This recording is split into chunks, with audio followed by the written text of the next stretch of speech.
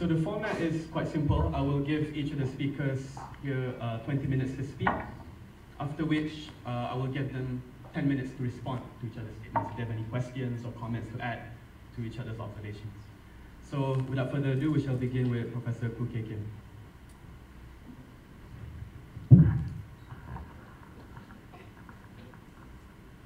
I have to stand to speak. More than half a century as a teacher, so I do not know how to talk when I sit down. Moderator, Farish, ladies and gentlemen, the subject you have given us is a very, very difficult subject. It is difficult to explain to people as well, because Malaysia is so complex. Last night I was at a dinner, and there was a big group of Indians also present at that dinner. And we were wondering who they were. They were speaking half in Tamil, half in English. Then we learned later on that they were employees of the Employees Provident Fund. But the EPF, the workers in the EPF are not made up of Indians alone. But this group of Indians had come for a dinner to celebrate Deepavali, and no non-Indian was present. This is Malaysia. All through the years, it was like that. You look at Kuala Lumpur. Kuala Lumpur at one time, as it grew, it was so much occupied by Indians and Chinese that the Malays had been driven up. There was no Malay left in Kuala Lumpur. So the British were very concerned. They wanted to bring the Malays back. So in 1900, we established what was called the Malay Agricultural Settlement, which today is Kampung Baru. But still, it's not so bad today, I suppose, but there was a time when you wanted to see Indians, then you would go to Brickfields or Sentul because of the railway. The railway workshop was in Ipoh Road, the railway station was in Brickfields area. Malays were in Kampung Baru. The center of the town, the Chinese were concentrated there. But if you ask people, young Kuala Lumpur residents, even those born and bred, where did Kuala Lumpur begin? Don't know. See, I've asked tourist guides, when you take tourists around Kuala Lumpur, where do you begin? Very proudly they'll say, Dataran Merdeka. I think Dataran Merdeka emerged 100 years after Kuala Lumpur. Where did Kuala Lumpur begin? How did Kuala Lumpur get its name? Everything don't know. There is no country in the world with 2 kings. Malaysia has 9. Why? Don't know. Since when did Malaysia have 9 kings? Don't know.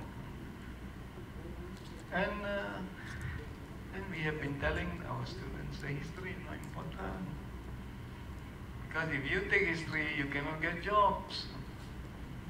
But I say, oh, my students are all over the place. They're in politics, they're in immigration, they're in the police force. Ex-IGP was a history student. The present mayor of Kuala Lumpur was a history student. So you name me one physics graduate who has ever become a minister? But that's the impression the public gets. All the time wrong impression. And the universities are now so particular about entrepreneurship. Let's all make money. There was a time when the term billion was never used in this country. Now it's billion and moving on to trillion. But what about ethics? What about integrity? Good values? Nobody talks about this. Somebody who can make money even by illegal means is considered a hero. I'm very worried about the young people. I really don't know how to go about preparing the young to meet the future, because they reject people like me. In the University of Malaya, all those who have retired, professors who have retired and so on, are called dinosaurs. Today, they believe that they must change for the sake of change.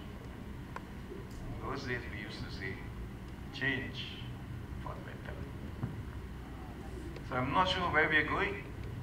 Even in the university, I can see the history department going down the drain. We used to have the most number of students in the university history department. But somebody, I'm not sure who, has been systematically killing the arts faculty. Because there is still a history department in the University of Malaya, but there's the only one left in the whole country. But I already hear of moves to close down the department. And the department will have no choice, because there was a time when the arts faculty used to take in 1,300 students a year. Today, the arts faculty has been told no more than 300 students per year. So the history department at the moment has 60 final year students. 60. Whereas when I used to lecture to the first year students, lectured Malaysian history to the first year students, I had to use the Dewan Tuanku Abdul Rahman, because I had 700 to 800 students. Professor Ahmad, when he was Dean of the Faculty of Law, insisted that all law students must take Malaysian history in the first year. So where are you going? I think this question should be asked to young people. There is no use for older people to say anything, because today we are completely outnumbered. So my fellow retired professors and I used to discuss things. So we talk now of the tyranny of the majority. So we live in ignorance and we are quite happy. We don't ask the right questions because the schools don't encourage the children to ask the right questions.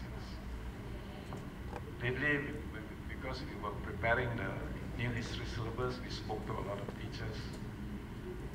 The schools have been using science teachers to teach history. So the result is, when you ask many history students what they think of history, history is a subject I hate most. And do you know what the pupils do nowadays? If they don't like the class, they just walk out. They walk out. That never happened before. And I'm not talking to you theories, huh? But I went through a lot, very exposed, racial riots, war. I lived through World War II. I lived through the emergency. I lived through the first major racial riots, 1945, 46, which took place very, very close to where I was staying.